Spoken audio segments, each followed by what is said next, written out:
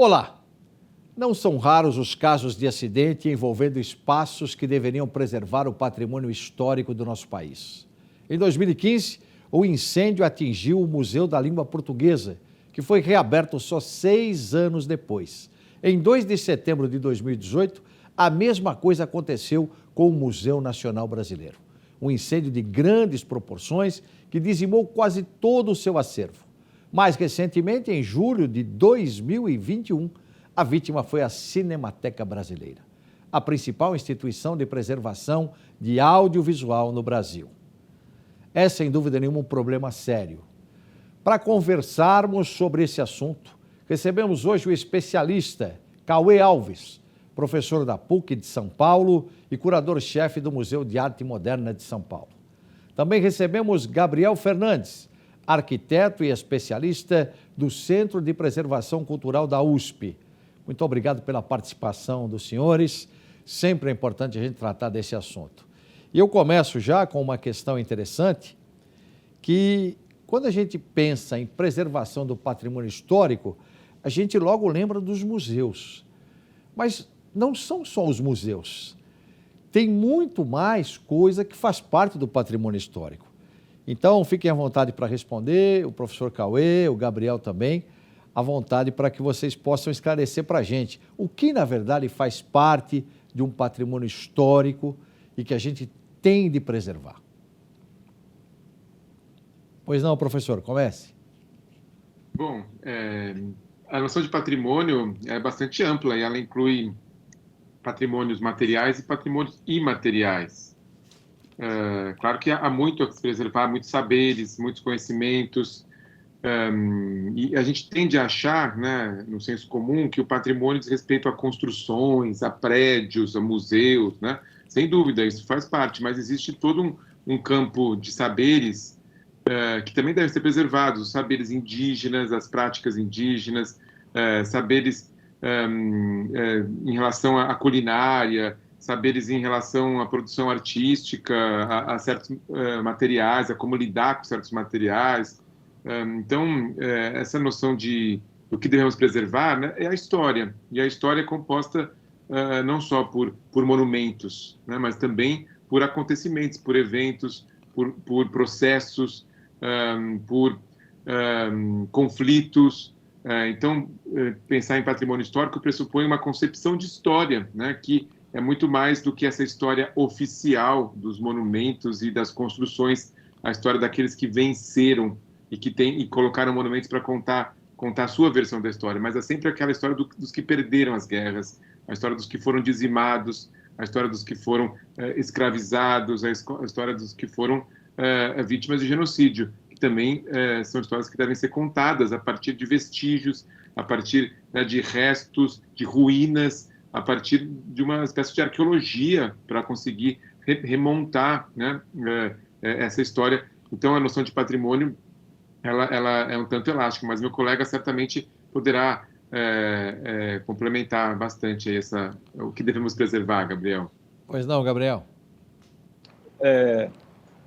Complementando ao professor Cauê, quando a gente fala de patrimônio, a gente está falando fundamentalmente de um conjunto de elementos que podem ser coisas, objetos, celebrações, formas de expressão, elementos que fazem referência à memória, à identidade, aos afetos, aos processos de produção de sentido, aos processos de produção de significado dos mais variados grupos sociais, dos diferentes indivíduos, dos diferentes grupos coletivos.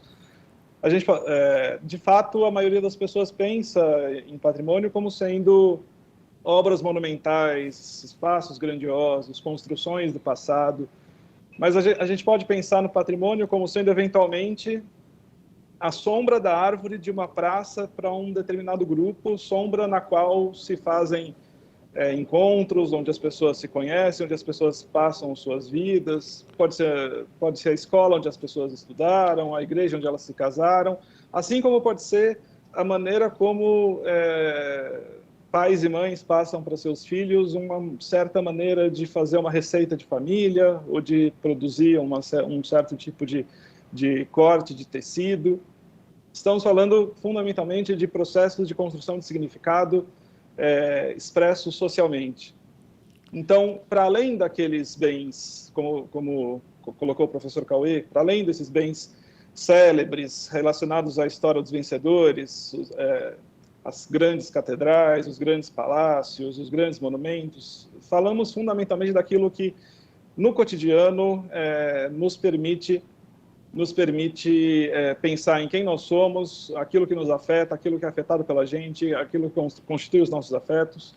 E, por isso, preservar esses elementos, preservar essas relações, salvaguardar essas relações, diz respeito mais do que a preservar objetos do passado, diz respeito a salvaguardar direitos culturais. E talvez a importância de falar de patrimônio seja justamente pensar nos direitos culturais das pessoas. E uma questão interessante que vocês tocaram, né, o patrimônio imaterial, a Câmara Municipal de São Paulo já aprovou várias leis, tornando, né, inúmeros patrimônios imateriais, que sem dúvida nenhuma faz parte, como o professor Cauê explicou, né, faz parte da história, faz parte de uma série de questões que têm de ser preservadas. Agora, eu fico muito triste porque a gente mencionou no começo do programa, por exemplo, né, o Museu Nacional, em 2018, que foi destruído pelas chamas. Então, eu queria saber de que forma um acontecimento como esse, ele afeta a preservação. A gente já sabe que é difícil preservar, né? Existem uma série de problemas que muitas vezes não permitem a gente preservar como gostaria de preservar. De repente vem um incêndio como esse. Como é que isso pode afetar ainda mais essa questão?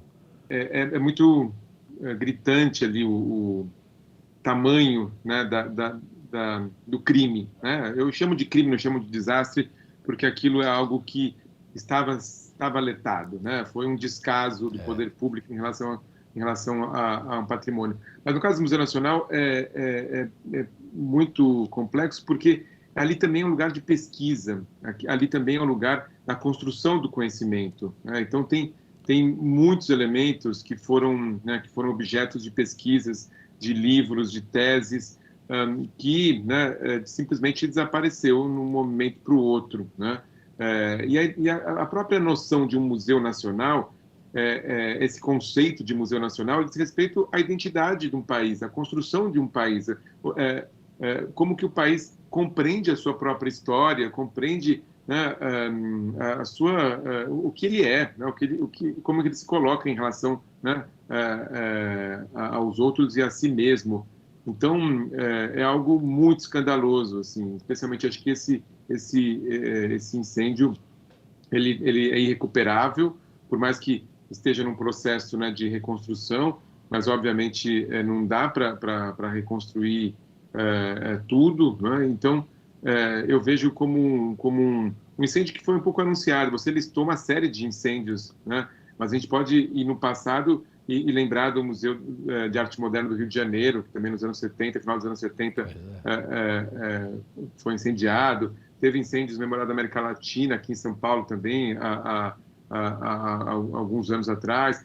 A gente está, infelizmente, se acostumando em queimar a nossa história, em queimar patrimônio, em queimar a nossa identidade, queimar, né, a arte produzida aqui ou que chegou aqui por outras vias. E isso não pode ser algo corriqueiro, né? Isso deve ser um escândalo infelizmente, parece que é um escândalo apenas para um pequeno nicho, para uma pequena parcela da população. Isso parece que não afeta, né, a maioria do povo brasileiro, como se não dizesse respeito à identidade deles, e diz respeito, né, a todos nós, ou pelo menos achávamos que dizia, né?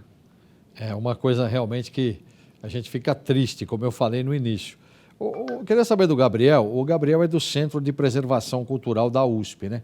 De que forma o Centro de Preservação Cultural ele ajuda na preservação do patrimônio histórico, Gabriel? Eu peço a você, Gabriel, que responda no próximo bloco. Nós vamos sair para um rápido intervalo e, na sequência, a gente vai voltar e eu já peço que você responda essa pergunta e a gente, evidentemente, vai entrar em outros temas relacionados com a preservação do patrimônio. A gente fica muito feliz com a presença dos nossos convidados, sem dúvida nenhuma. É um tema que muita gente, né, como já disse o professor Cauê, como o próprio Gabriel também já citou, a gente muitas vezes não se preocupa tanto com isso. Mas é uma questão que tem que se preocupar e tem que se preocupar demais. Decisões e Argumentos volta já.